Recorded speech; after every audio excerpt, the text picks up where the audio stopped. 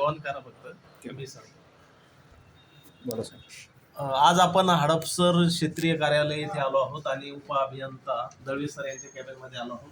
आणि त्यांच्या कॅबिनमध्ये जी आलिशान खुर्ची आहे, या आलिशान खुर्चीला किती खर्च झाला आहे त्यांनाच माहिती आहे. तर आलिशान खुर्चीबाबत आपण दळवी सरांना 2 शब्द विचारू आणि त्या संदर्भात प्रशासनाकडे आपण तक्रारही करणार आहोत. दळवी सर, ही जी खुर्ची आली आहे, आपण कधी नियुक्त झाल्यात आणि आपण ही खुर्ची कधी आणली याबद्दल आम्हाला 2 शब्द सांगा. मी 2000 साली या कार्यालयामध्ये नियुक्त झालो, परंतु सदरची खुर्ची मी येण्यापूर्वीची कार्यालयामध्ये आहे. म्हणजे तुमचं म्हणणं आहे की माझ्या नियुक्तीपूर्वी ही खुर्ची. नियुक्तीपूर्वीची आहे. ओके. दळवी सरांचं म्हणणं आहे की नियुक्तीपूर्वी खुर्ची लावलेली आहे. तर याविषयी आपण सहआयुक्त ढवळे सर यांच्याकडे रितसर तक्रार करू, मागणी करू.